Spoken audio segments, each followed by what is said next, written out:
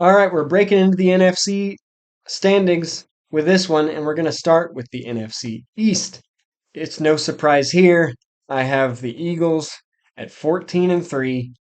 They do have the toughest schedule this year, but I think this team is too talented with AJ Brown coming back, with Jalen Hurts is going to be an MVP favorite if he plays anything like he did a year ago. They're going to be hard to beat in the NFC, and I have them at 14 and 3. And then after that, it takes a bit of a drop off. I think we all offseason we've talked about the Cowboys. It seems every offseason we talk about the Cowboys. Will Dak Prescott take a step forward? What's Jerry Jones saying? Mike McCarthy, Kellen Moore is gone as the OC in Dallas. He is now in the same position with the Chargers. And I do believe the Cowboys take a step back. I think Dak won't quite be able to quell that turnover monster. They finish 9 and 8, tied for second in the division with the Giants, which is interesting considering that I have them both tied in the division at 9 and 8, and they also are tied for strength of schedule with the fourth toughest schedules in the NFL.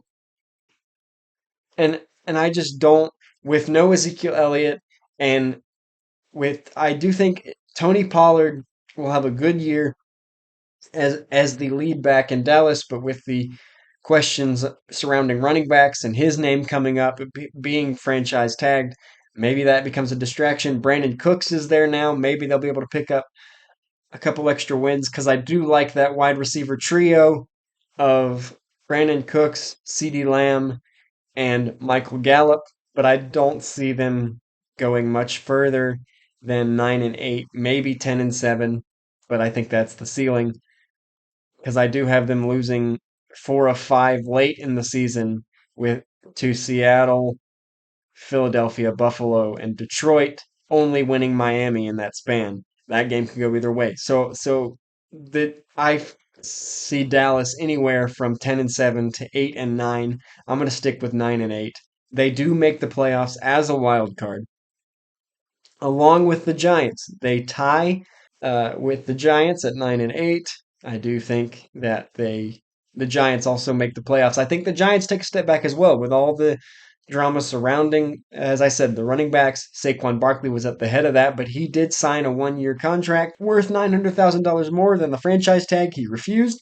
I think Daniel Jones, I think that offense regresses a bit because last year they benefited from having I think the lowest turnover margin or the fewest turnovers in the NFL, and I don't think that will stay the same. I don't believe in Daniel Jones as the franchise quarterback as much as his team does. As long as his team does, that's what's important.